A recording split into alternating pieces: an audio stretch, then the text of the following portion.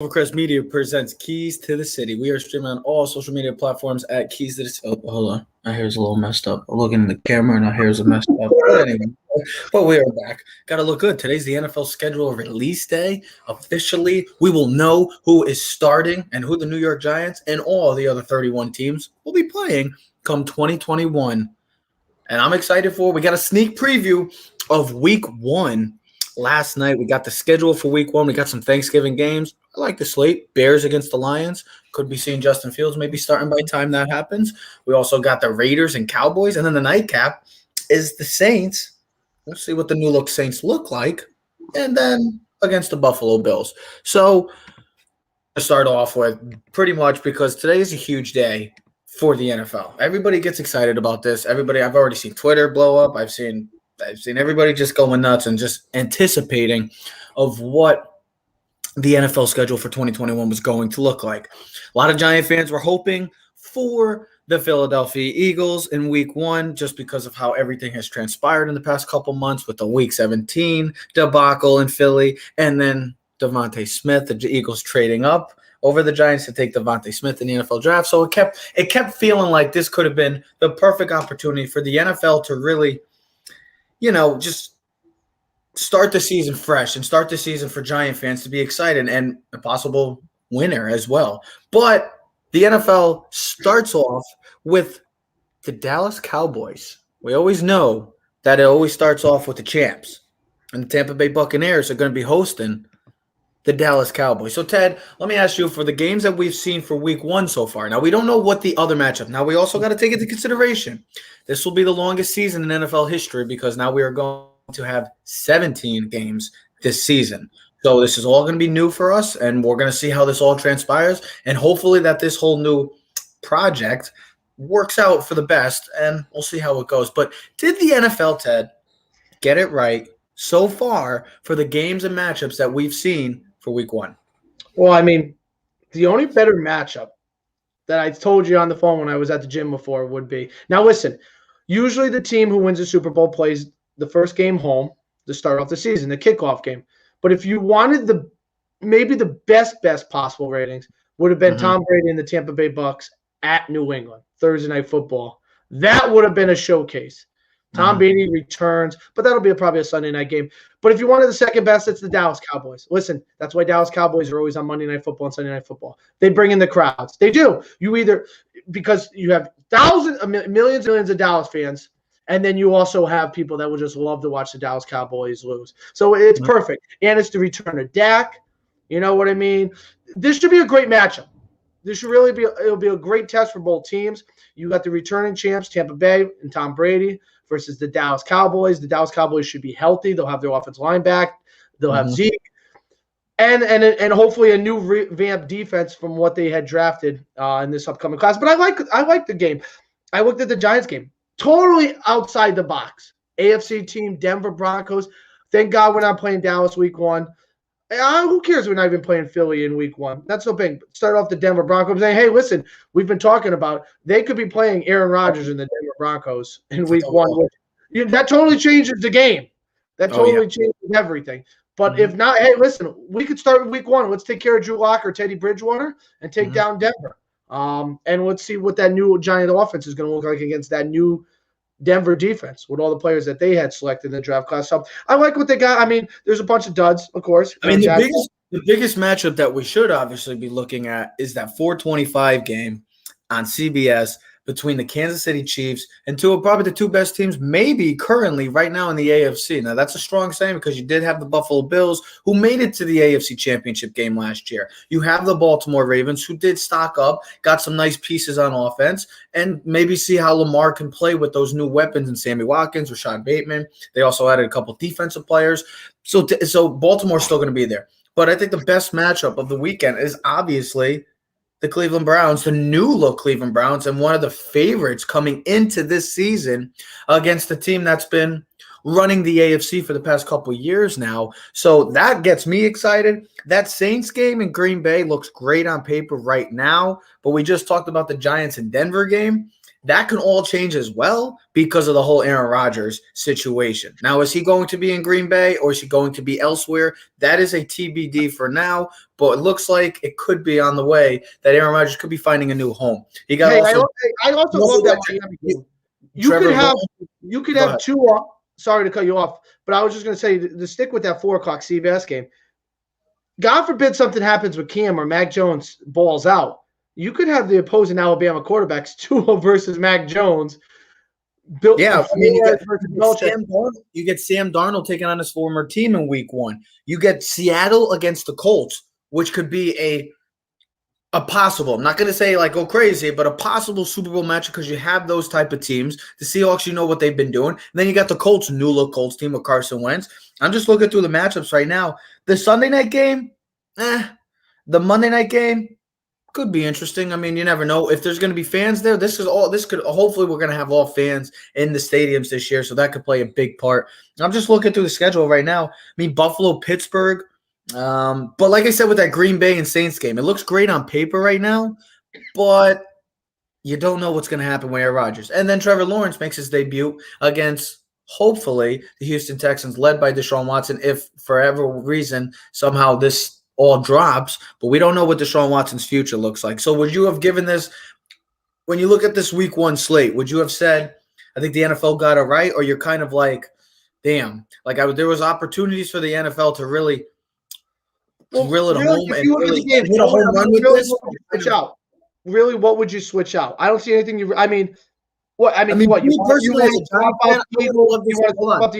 personally, I would have loved to see the Giants against the Eagles just because that's bad blood been brewing now, and we always play as a Giant fan. We always get division games, but specifically, we always get the freaking Dallas Cowboys. And I wanted something new. I wanted to see Philly week 1, whether it was in Philly or it was in Giant Stadium. Yes, I say Giant Stadium. That's what I wanted to see. I wanted to see that. I'm also intrigued by the and I know we're mentioning all the games because there are a lot of good games, but I'm also intrigued by the Chargers and that new ramp offense. Yep. And Brian Staley, the defensive coordinator for the Chargers, they put a lot of investment in their offensive line. Well, guess what? They're probably going against the best defensive line in football in the Washington football team. I always want to say the Redskins, and I feel like I'm always going to say the Redskins because I just think it's nonsense, but whatever. We're not going to get that way. But, I mean, that's an intriguing 1:00 game. Listen, the return of Joe Burrow. How does Big Ben and the Steelers look after losing to the Bills end of the season? Listen, I think every game is going to be intriguing. We don't know what's going to happen through training camp, injuries. I mean, hey, Tim Tebow could be on that 1:00 game. You might be intrigued to see if he's playing and catches some balls from Trevor Lawrence. How does Urban Meyer work in week 1? Hey, that Arizona team, right? They have Super Bowl aspirations. Going against the Tennessee Titans, who are a physical, downhill running football team with Derrick Henry. How do they look? You know what I mean?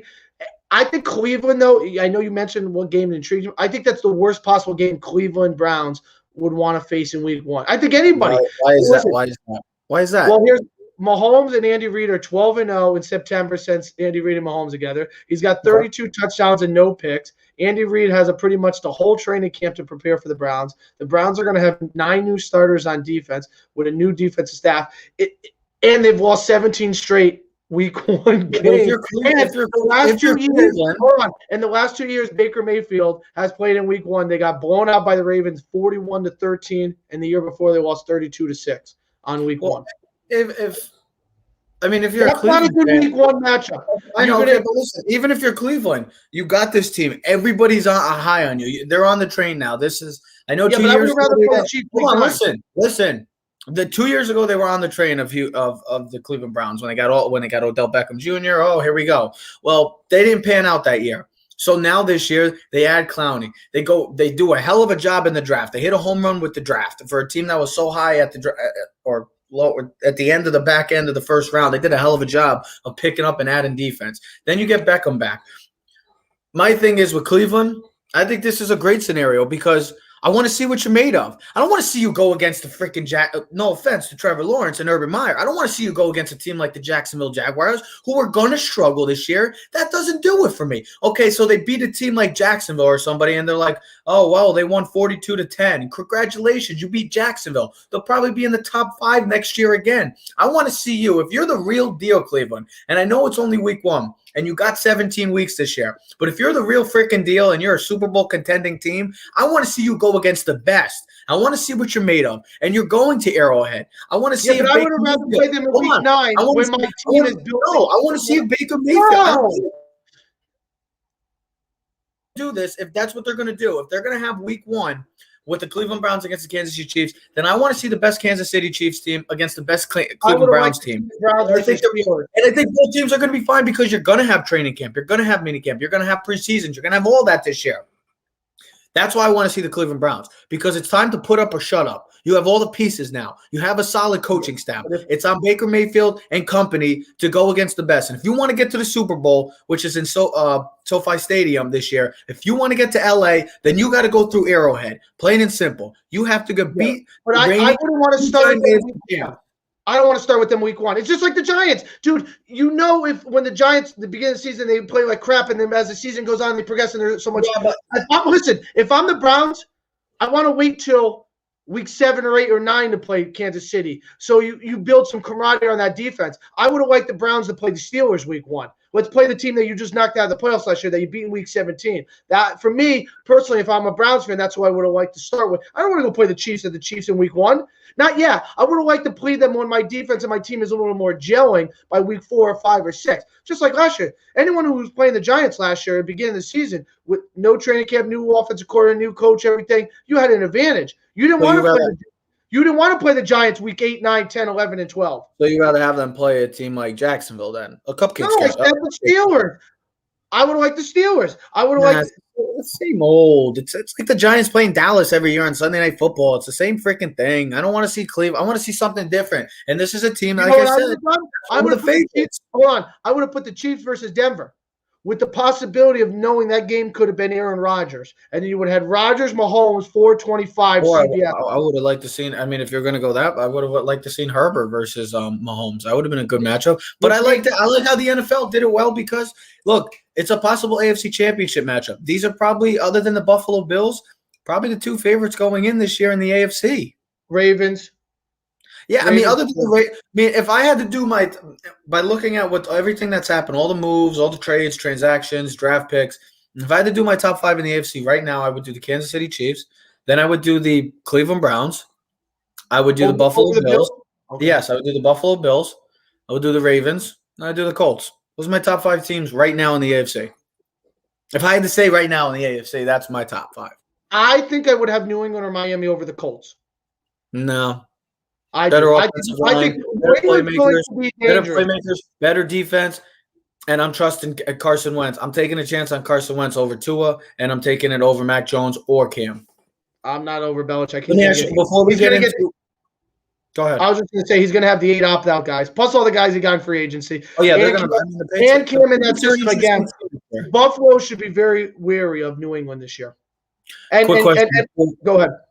Quick question before we get into our quick thing, our last part of the show is do you think Trevor Lawrence is the only rookie quarterback starting week 1?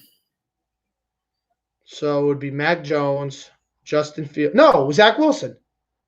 Oh yeah, Zach Wilson. Okay. So you think those 2 will be the only 2? Will if you had to pick? Yeah, I think Chicago between Jones, Lance, and Fields, who's the third quarterback that's playing? Oh yeah, you would. Oh, I think Jimmy G started. I think Cam started, and I think and Andy Dalton will be starting. I think the number 1 and 2 picks will start week 1. I think all the 3 other guys will be sitting absolutely for week 1. The only way they'd be playing if there's an injury to Cam, Andy Dalton, or Jimmy G. But otherwise, Jimmy G starting week 1. And here's the other thing: unless he's traded, unless there's some also trade, but I don't see Jimmy G being traded. I don't think before the season. I think they rock with Jimmy G. 100% agree with Billy Squirrel right there. If Wentz shows up and he plays like the MVP with Frank Wright back in 2017, the Colts are a top team and they're an AFC favorite. I'm telling you. The Colts have everything you need to win in the AFC. But so does New England. So does Miami. I'm banking on Carson Wentz over those 3 quarterbacks. I'll take me. Belichick. I'll take Belichick, who went 7-9, who had 8 opt-out guys, who had no offense. Cam missed half the games with COVID. If Cam doesn't get doesn't get stopped at the one against Seattle, doesn't fumble the ball. Now, I know there's what if. If he doesn't fumble the ball as he's getting the first down against the Bills up in Buffalo, those are 2 more wins. They're 9-7. What if Cam plays the whole season? What if they don't have 8 opt-outs? They're probably a playoff team last year. And that was a bad year for New England, remember? And they won 7 games. And guess what? Because of the 17 playoffs now, too, I mean, it's more likely that a team like that could get in. But there's only week 1. The schedule comes out tonight. Too bad I'll be working, so hopefully I get to see the exact what happens with the entire schedule for all 32 teams. But week 1 looks like there's some interesting games. There's going to be some duds, of course, as always, and then there's going to be some top-tier matchups. But that all could depend on a couple big moves that are potentially up in the air right now. So we got to see. We got to wait. And I'm excited because the NFL, it's starting to come back. The schedule is out. And that means good things. I wanted to get into this quick. Congratulations also to Russell Westbrook on becoming the new all-time leader in triple doubles. We didn't really get to talk about that, but hell of a job to him. One of my favorite players of all time. I love his game, and congratulations on passing the Big O Oscar Robinson in a record. Playoffs start next Saturday. Huh? Playoffs start next Saturday, the 22nd. Cool. I mean, that's all. We're going to be talking about that. The playing games, a new type of project that the NBA is trying. We're going to see how that works out. The Lakers, my Lakers, big win last night. But I wanted to close out with this because this has gotten a lot of attention. And we brought up this team a couple times, and you even brought up his name. And it's one of probably your favorite college player of all time, Ted. Absolutely. And that is Tim Tebow. A once first-round NFL quarterback, now hasn't played a single game in 9 years and is getting another shot with the Jacksonville Jaguars. My question to you is, I know it says how should we feel about it, but do you think Tebow would have succeeded more in the NFL if he just originally transferred or switched positions to playing tight end? Because of how I don't know, his game wasn't translating into the NFL. Well, here's the thing. I would turn that question around. Should Lamar Jackson have played wide receiver because they didn't think he could play quarterback? Well, I would say Lamar Jackson's a lot better quarterback than Tebow. Absolutely, but Tim had to go with his first. I know he's a quarterback. I know he's a quarterback. All right, he should have tried it. And then once it didn't work out for the Jets, he should have stayed with football and tried H-back. But he didn't. He left and he tried baseball, and it didn't pan out for him there either. And now he's coming back 8 years later to try to play tight end. I don't know if it's going to work. I don't think it's going to work. You've been out of the league for 8 years. It's going to be tough to come back. Going to have to go block like guys like Nick Bosa. You know what I mean? Clowney. You know, some big boys. You know what I mean? And you're a quarterback. You're not, you know, it's not like you were a fullback or a running back or an outside linebacker and you're changing positions. Or you're a guard going to D tackle. You were a quarterback, bro. You had the red jersey on. You're going to go against a 6'5", 265-pound guy who's going to rip your head off. You know, I mean, it's a whole different ballgame, and you haven't been in the league in 8 years. I don't see it working. I don't know how it's going to work. I don't see him being on the roster. I don't see him making the cut. There's no way. I mean, you give all the effort in the world, but sometimes it ain't good enough. Did you see what that the defensive tackle from the Titans tweeted out? It was a perfect thing. What he goes, it's not about what you could do, it's about the relationships you build in the NFL. So he's talking about the Tebow thing, about not like certain things, but relationships you build. You know what I mean? You see that a lot of time in coaching and things. You know, like, hey, I had a great relationship. So a lot of coaches, they bring guys in that they know that they're familiar with, and you're like, well, why didn't this African-American coach, or why didn't this woman, or why didn't this guy get a coach? And I probably shouldn't use the thing, but why didn't this individual get a chance? And it's a lot of times when we've seen in the real world, it's not what you know, it's who you know. And Tim Tebow and Urban Meyer's relationship is like no other. You know, father figure, son, you know, brother. I mean, I suppose they live right down the street from each other. So I think it causes a lot of turmoil for the Jacksonville Jaguars when you're trying to build something, when you have a franchise quarterback with the number 1 pick in Trevor Lawrence. Yes, I know it brings fans in the stands. Yes, he's a Jacksonville guy. It's going to make an interesting story. But how does it look for other players on the team when they're like, listen, Trevor Keys, he was just in the league 2 years ago. He's much better than him. How is he not getting an opportunity? But Tim Tebow is, who hasn't played in the league in years. It's more. It's not on Tebow. The thing is, everybody I know is going after Tebow. It's like it's not his fault. This is like we also have to take in consideration that this is the same Urban Meyer that hired a guy that was reports of a racist coach and strength and conditioning at Iowa during his tenure, and he still hired him. And you knew that he was going to get backlash. I'm just, from what I'm seeing, it seems like Urban Meyer is just going against the grain and just kind of doing different things in Jacksonville. He's going to do his thing. They're trying to change up the system. He's that type of guy. He's always been that player, that coach, whether it was at Utah, whether it was at Florida or Ohio State, and now the Jacksonville Jaguars. Think about the players think about the players he recruited at Florida, right? They always talked about it. It was like Tim Tebow. I'm still waiting for them to do it. Tim Tebow was the preacher with 50 jailmates on his team. I'm still waiting for them to do a 30 for 30 for that team, because that's a story. That's a team that you can't make it up of what type of team that was. I think there was like 45 guys that at one point or another got arrested or had some type of incidents on thing, and then you had Tim Tebow like Mother Teresa over there. I mean, it's unbelievable. But listen, so do you think he should get a shot at all, or no? I think everyone should get a shot. But when you saw, for a guy like you said, for a guy that hasn't played in over 9 years, how should you feel?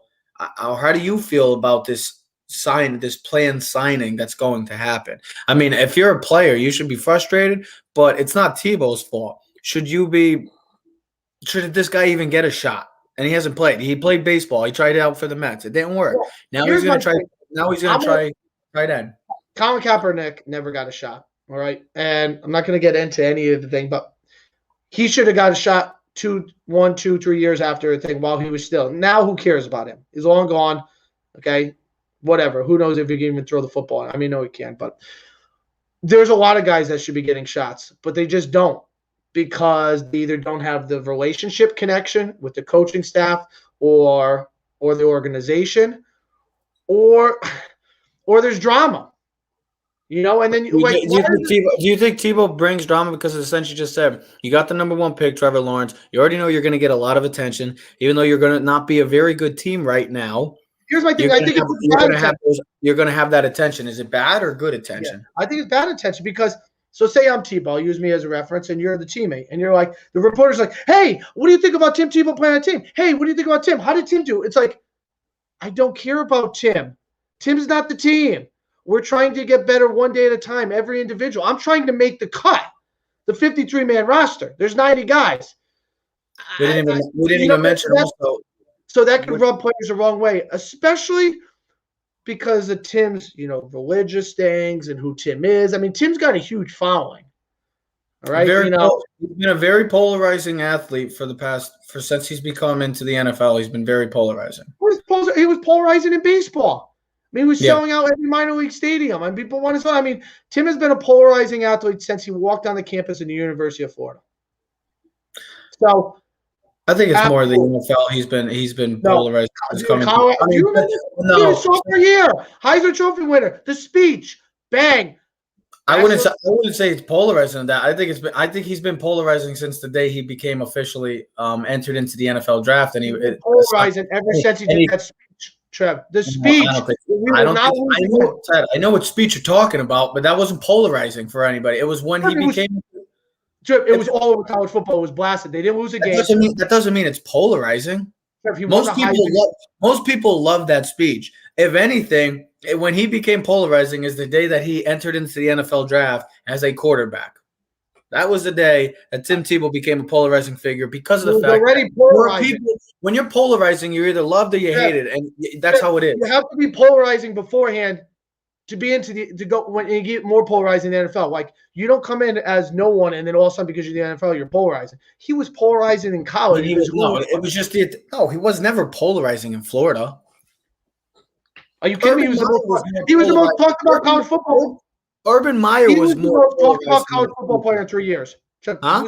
He was the most talked about college football player 3 years in a row. Sophomore, junior, and senior year. And that's why his impact in college and the polarizing person he was went and grew even bigger once he got to the NFL. No different than Brian Bosworth. Brian Bosworth was a polarizing guy in college. And you know what happened? When he went to the NFL, it became even more polarizing. And because you can do more because you don't have to worry about, well, there's rules and you can't have advertisements and you can't be on commercials. But when you go to the NFL, you can get millions of dollars and be on Showtime and this thing and that and this and that.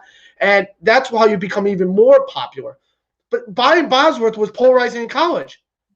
Ricky Williams was polarizing in college, and then they became even more polarizing. Then he got drafted by the Saints, and they had the thing with Dick and everything, and the Sports Illustrated, and the wedding dress. They're polarizing there, and they become even more polarizing. Truly, that's how I believe. You don't just become more polarizing when you get to the NFL. You do because of the money and everything else that leads into it. I mean, that's where you got to also take into consideration. That's why I think it grew, because not a lot of people watch college football. Not as many people as you think, because everybody just focuses on the NFL. There's not a lot of people. I'd say I shouldn't say there's not a lot of people. There are people like us that watch college football religiously on Saturdays, or every week from September to all the way till January. I mean, that's how it is. But there are other people that are like, they never watch college football. So when they hear about Tim Tebow, they hear about Tim Tebow in the NFL. People knew our friends who don't watch college football. Some of our stupid friends who don't watch college football knew who Tim Tebow was. They knew who Tim Tebow was. If you watched any sports while Tim Tebow was in college, you knew who Tim Tebow was. I wish you could post a poll right now and post. Dude, I'm telling you, Ralph Valenti knew who Tim Tebow was, and he don't watch college football. Because of you. Because of you. You're a Florida fan. But people know who Tim Tebow was. Because you probably talked about it all the time. No, people do. Dude, if you watch SportsCenter, you knew Tim Tebow was on the thing. You were carrying your big Tebow jersey, bro. You're wearing your Tebow jersey all the time. The Tebow jersey that was like 5 times the size of you. Paid for pads. I got them upstairs. I've trimmed down. Can't even fit them no more. I can't fit in a lot of jerseys anymore. I don't even know how. You were fat. Remember that video I sent you the other day with your birthday? I was fat. Yeah, you know what? You were fat too. You know that? You were a little chunkster too. I was never Don't act like I wasn't the only chunkster. Well, I mean, yeah. So let's all hypothetical. Last thing, week 1, is Tebow playing on the Jacksonville Jaguars?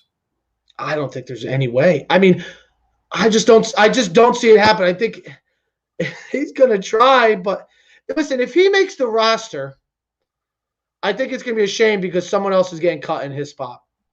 Someone else should have made the roster of a D lineman. He's not good enough.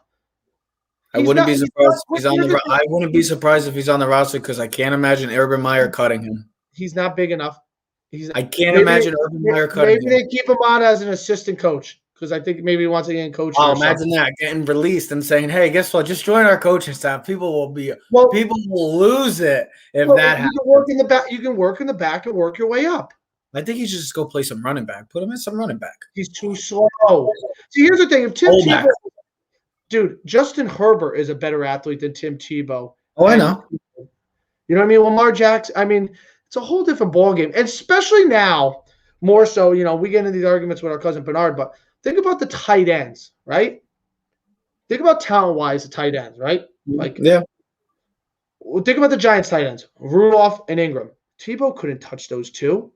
Kelsey, Waller, those guys are 6'5", 260. Hell, even Ingram. Kyle Pitts. Hello. And there are people that are questioning his blocking skills. And he's and here's the thing. Anyone can guard Tim Tebow. Linebackers are going to be running 4.4s. You know what I mean? Defensive tackles might be able to guard him. He ran a 4.71. It's like you. And he's 6'2". So, I mean, he's 6'2", 235, so he's undersized, and he's slow. Hey, we'll see what happens with it. It's just, it brings a lot of attention to Jacksonville, and it's just Urban Meyer being Urban Meyer and doing Urban Meyer things, being different, trying to go against the grain and try to change the way that, I don't know, he's made a controversial move already. He's going to make another controversial move. We'll see how it pans out. But like tonight, like I already said, tonight is the NFL schedule release. It'll be 8 o'clock on Fox Sports, probably 8 o'clock as well on ESPN. So I know and NFL Network. It's a huge day for NFL fans. The NFL schedule will officially be released. I cannot wait for it. Let's see who Big Blue plays. And we'll talk about this all on Friday as well. We'll talk about the New York Yankees. Yankees are playing some good baseball right now. They're starting to heat up. Good defense last night by Gary Sanchez. Some homers by Judge and Sanchez. But the pitching staff is doing well, and they're starting to heat up. Also, they had 5 coaches test positive for coronavirus. Luckily, they got to play the game. And then like I said, we're also going to be trying to get into basketball because the basketball playoffs are right around the corner. We'll give our awards and we'll talk about the playoffs. So we'll have the Joseph Aguirre join us on Friday to talk all of that. So stay tuned for that. Ladies and gentlemen, we are streaming on all social media platforms at Keys to the City. So subscribe, comment, share, and like. Clovercrest Media presents Keys to the City. We are out. Yeah. Keys to the city, baby. When you see us, so you know you really viewing greatness in the making. Double up on facts we stating. Podcasting, cruise control, city, state, the nation. So what you saying, what we saying, prime information. Facts, keys to the city, we unlocking the statements. Streaming every Friday.